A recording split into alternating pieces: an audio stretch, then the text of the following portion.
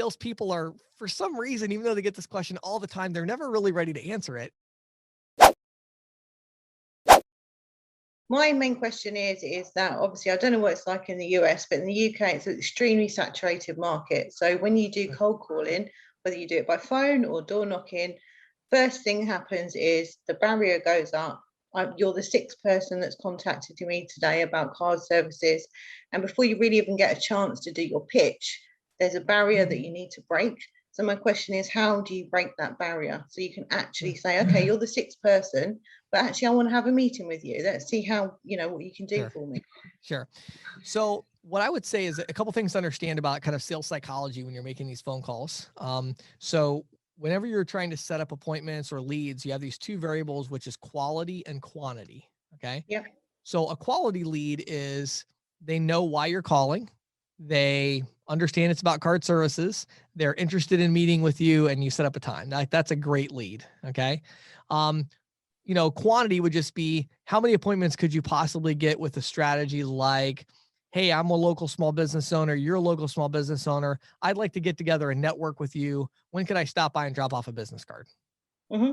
Okay, That's a so a soft sort of sell. that's a lower quality lead, right? Yeah. But the question is, how many of those could you get? And so the idea is rather than really trying to overcome the barrier, which I'll talk about in a second, that's going to be a lot harder than just avoiding the barrier altogether, which is going to be a lower quality lead.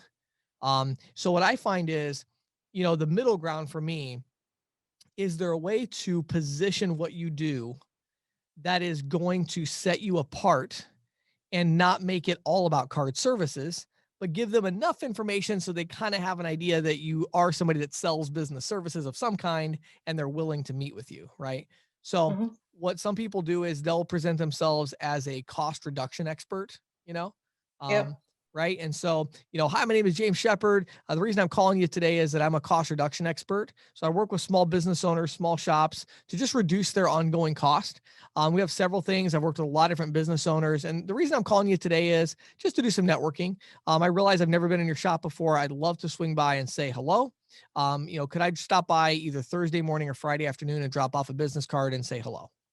Fantastic. Right. So change that. And then, what you'll find is this, the real big question is this: does that higher quality appointment, does that actually get you a significantly better result than a lower quality one? And what I found is for most salespeople, it turns out that it doesn't. So in other words, if I get somebody that agrees to meet with me for any reason, really, the fact that I'm meeting with them, I have a pretty good chance of getting them interested in having a Yeah. conversation, right? Mm-hmm. So it's like, okay, so wait a second. So I'm trying to pitch card services over the phone, which is making me lose 90% of my possible appointments. But actually, if I got all those appointments without saying card services, it's not like the 10% I'm getting are closing any better than if I didn't say it in the first place. Yeah. So my advice is then don't say it, right? So the idea would be think through what can I talk about that they're going to like. So a couple of other examples real quick, and then I'll get to the actual barrier. So a couple other ones I've done is, solution sales. I really like that one. I offer business solutions like point of sale systems, software that helps your business. Because I'm assuming you probably offer something like that, right? Absolutely. I mean, I'm the self-employed channel for First Data. So Okay. obviously we offer a All full kinds of range stuff. of products. Yeah. Absolutely. So then talk about those, right? Don't talk Yeah. about credit card processing, card services. They don't like that. Yeah, that's what everybody's calling about. Now, you're probably not going to be the sixth person to call them to talk about point of sale solutions or Yeah. software, right?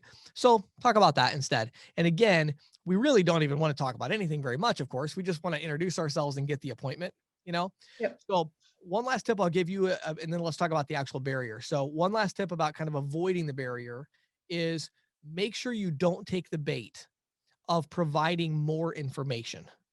Okay. So Okay. here's how a call goes a lot of times when you try what I just described to you, here's what's going to happen. You're going to say, yeah, I just want to come by and network with you, drop off my business card, learn a little bit more about your business and tell you about mine. And wondering if you had time Thursday afternoon or Friday morning. And they're going to say, well, what do you do? Yeah. What do you want to talk about? Yeah. What is this meeting? Right.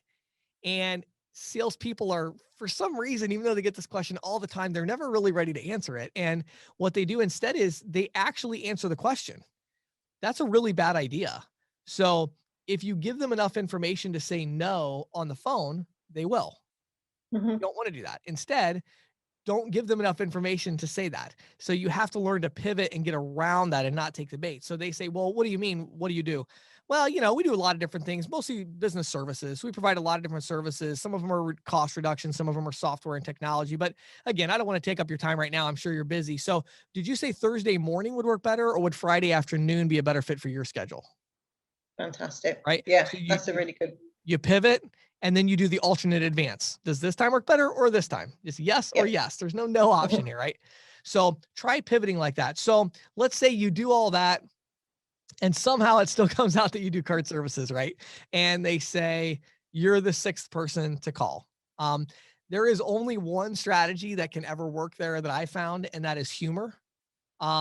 Nothing else works. And even that doesn't work very often because, again, you already got the barrier and you should have avoided it in the first place. But if you get it, humor is the only thing that works. It just is. So on the phone, you really have to be a little over the top with it, because otherwise they can't see your face. They don't know you're smiling. So they say, you're the sixth person, to call today. And I'll say, yeah, but I'm the best looking of the six, or, or I'll say, you must be really popular in your market, or, wow, you know what, Susan, it must feel great that everybody wants your business, huh? I bet you just love that. You have to do something like that. Get that laughter, break the ice a little bit, and then say, look, I really do believe that I'm different than all these people that called you from these big companies, because I'm actually a local person. I'm an individual business owner. And here's the other thing. I'm actually not even coming to sell you anything. If I don't think there's a good fit for my product, I'm the first person to walk out the door. The only reason I want to stop by is I love having relationships with as many small business owners as possible.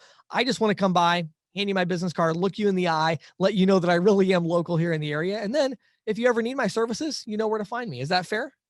Yeah, absolutely. Yeah, that's perfect.